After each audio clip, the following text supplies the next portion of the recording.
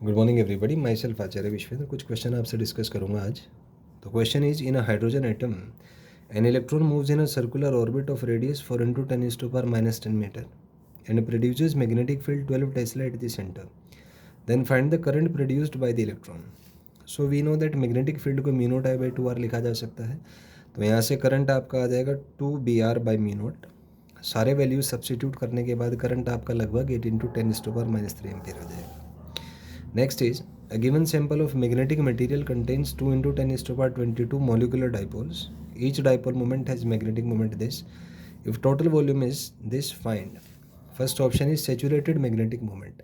Saturated magnetic moment तब होगा जब सब डाइपोल्स का मैग्नेटिक मोमेंट एक ही डायरेक्शन में होगा। तो वेक्टर से हमने देखा है कि अगर दो वेक्टर्स इक्वल मैग्नीट्यूड के तो उनका रिजल्टेंट 2 टाइम्स होता है। एन वेक्टर हैं तो resultant will be n into m naught. N is the total number of dipoles. तो यहाँ पे हम देखेंगे कि टोटल नंबर ऑफ डाइपोल्स है 2 into 10⁻22 और एक का मैग्नेटिक मोमेंट है ये। तो दोनों को आप मल्टीप्लाई कर दीजिए। इसको सॉल्व करेंगे तो ये 0.3 एम्पियर मीटर स्क्वायर आ जाएगा। Next is magnetization of the sample in saturation state. So magnetization is magnetic moment per unit volume. तो magnetic moment per unit volume से आपका मैग्नेटाइजेशन आ जाएगा। मैग्नेटिक मोमेंट है 0.3, वॉल्यूम है ये।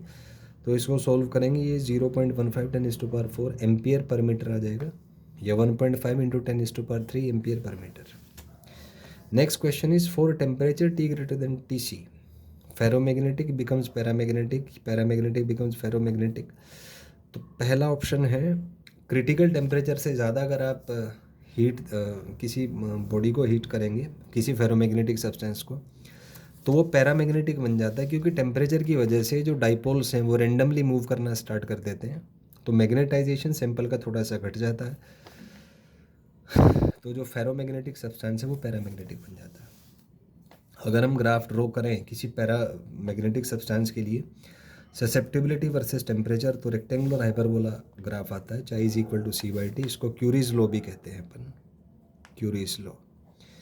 जबकि फेरोमैग्नेटिक के लिए ये वैलिड होगा अगर T greater than TC है। तो ग्राफ ऐसा ही होगा, बस ये TC से पहले ग्राफ नहीं आएगा, तो TC के बाद ही आएगा। Shape will be rectangular hyperbola. Next is, we have to find the SI unit of the following. पहला है यहाँ पे मैग्नेटिक डाइपोल मोमेंट। तो मैग्नेटिक डाइपोल मोमेंट होता है I/A। तो I का SI यूनिट है एम्पियर, A का मीटर स्क्वायर, तो इसका SI unit ampere metre square आ जाएगा। नेक्स्ट इज मैग्नेटिक, यहाँ से भी एक और फॉर्मूला इसका यहाँ से भी दिया जा सकता है कि टॉर्क होता है MB। तो मैग्नेटिक मोमेंट आ जाएगा टॉर्क बाई B। टॉर्क का SI यूनिट जूल और न्यूटन मीटर बाई टेस्ला। तो एक और यूनिट जूल पर टेस्ला भी दिया जा सकता है। जूल को हम न्यूटन मीटर भी लिख सकते हैं, तो न्यूटन मीटर पर टेस्ला भी इसका यूनिट हो सकता है। जबकि डायमेंशन की बात करें तो आइए, I का डायमेंशन I, A का L² तो ये I1 L2 आ जाएगा। तो इसका dimension M0 L2 T0 I1 आ जाएगा। Next is self inductance. ऐसा unit is henry. Mutual inductance again henry. Magnetic flux weber. Magnetic field tesla और weber per metre square. Magnetic potential energy joule. Electrical potential energy joule. Electric field newton per coulomb. Energy density joule per metre cube. तो ये इसमें आ जाएगा।